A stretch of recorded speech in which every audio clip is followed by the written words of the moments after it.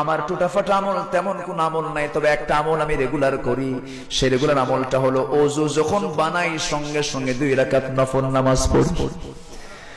হযরত নোমানকে বলেন, নোমান জান্নাতে আমি তোমার আওয়াজ শুনতে পেলাম, তুমি কি এমন আমল করো?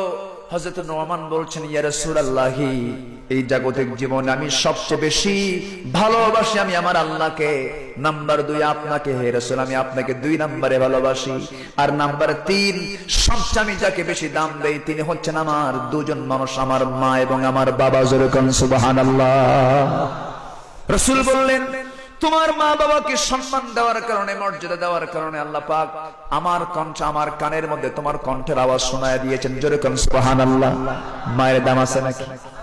আস্তে কবেন না, মায়ের দাম আছে নাকি? আমার বন্ধুগণ, এরপরে জাহান্নামের দিকে চলে গেলেন, জাহান্নাম সফর করলেন। জাহান্নাম সফর করতে নিয়ে সেই জায়গায় কিছু চিত্র দেখলেন। প্রথম যে দরজায় গেলেন, প্রথম দরজায় যায় তিনি জিজ্ঞাসা করলেন জিবরাইলকে, জিবরাইল রে, এই সমস্ত লোকগুলো কারা? জিবরাইল বলে দিচ্ছেন, এই সমস্ত লোকগুলো তারা যারা দ্বীনের মুখালেফ ছিল, শরীয়তের যারা মুখালেফ ছিল, দ্বীনকে যারা মানে নাই, যারা ধর্মদ্রোহী ছিল, যারা মুরতাদ, ওই সমস্ত লোককে আল্লাহ পাক 1 নম্বরে জাহান্নাম দিয়েছেন।